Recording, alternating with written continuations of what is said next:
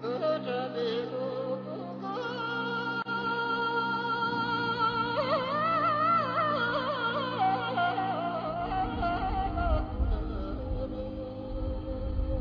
are here in Shigatse, which is the second largest town in Tibet. Behind me is the Tashilhunpo Monastery. I believe this was founded in 1447. It's the traditional seat of the Panchen Lama. It was really great to finally get inside and go wandering around. There's just little tiny cobblestoned alleyways going all over the place, and definitely got the feeling that we'd only scratched the surface of what's in there. And it's huge, and we saw a small portion of it. But I think, without any doubt, we saw the most spectacular sight that it has to offer. We went to one of the rooms, and I didn't even know what was inside as we were going in. And we pulled aside the curtain and stepped inside, and it was kind of dark, and I'm looking at yak butter, and candles, and golden ornaments, and pictures and offerings. And then I looked up, and this magnificent, unbelievably huge Buddha was right there.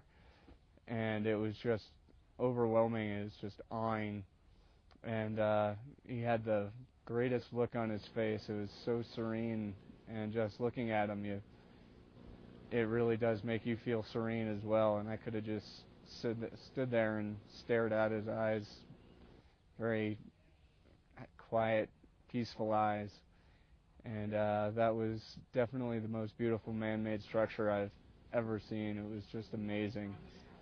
So if that had been the only thing we had seen in Shigatse, it would have been totally worth the 8-hour bus ride here and back. And while I was there, it was one of the most peaceful and serene situations I've been in. And I had a little bit of time to reflect and think that sometimes in life you get stuck in a really arduous task about where you're going, and definitely the trip to get here has tested our patience and our strength. There was an 11-hour plane ride, another plane ride, a 4-hour bus ride that took 8 hours across the bumpiest, muddiest road I have ever seen. And by the time we actually saw the statue, I can easily say it was all worth it. While we were there, we had a chance to talk to a monk and get some idea of what daily life here is like. I was wondering if the monks actually come here for meditation. While we were talking to the monk, we found out a little bit about daily life here. It involves a lot of time of prayer and reading scriptures and just meditation time, and they actually only sleep from about 12:30 at night to 5:30 in the morning, and the rest of the day is full of prayer and meditation, which I thought was really interesting. They said that very few monks actually leave once they decide to stay here, and they actually welcome Western tourists coming to see this place because it helps people know that Tibetan Buddhism is still going strong in Tibet, and they actually want tourists to come and carry that message back home. I thought that was an interesting thing to learn straight from the mouth of a monk. I'm not sure if that's exactly the case or how I feel about being a tourist in Tibet quite yet, but I definitely thought it was a good viewpoint to hear and a wonderful opportunity to get it straight from the mouth of someone who actually lives here. We went to the tomb of the 10th Panchen Lama, and it's just overwhelming how much art is in every single room and every single square foot of the place. The tomb of the Panchen Lama had to be 5 stories tall, and every single bit of the wall all the way up is covered in intricate artwork. Just the planning that went into it is amazing to me.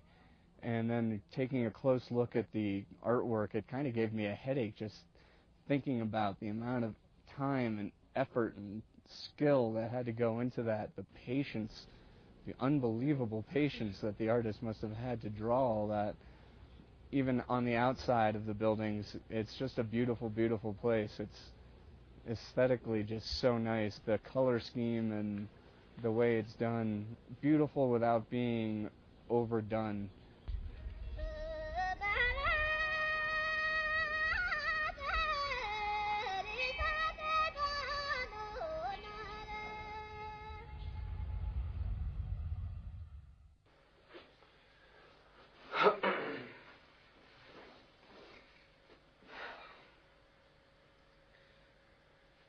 Today is September 7th. It was quite a day. We woke up fairly early to get a good early start on things. The morning was a little kind of, I don't want to say frustrating, but, well, yeah, all right. This morning was a little frustrating. There was a lot of getting organized and getting things together and all kinds of this and that going on, but we finally got everything going. When we woke up this morning, we were greeted by pretty bad rain. The weather here is just crazy. It can start out in the morning at 20 or 30 degrees and raining and pouring, and by the end of the day it's just beautiful sunshine beating down on your head, and probably about 70 or 80 Fahrenheit, I don't really know, but it just swings so much. And today's my dad's birthday back in the States, and I was able to use a phone card to give him a call and leave a message saying happy birthday, and that reminded me of one of the things that has been, I guess, interesting me here in Shigatse, which is that the cell phone coverage is amazing here.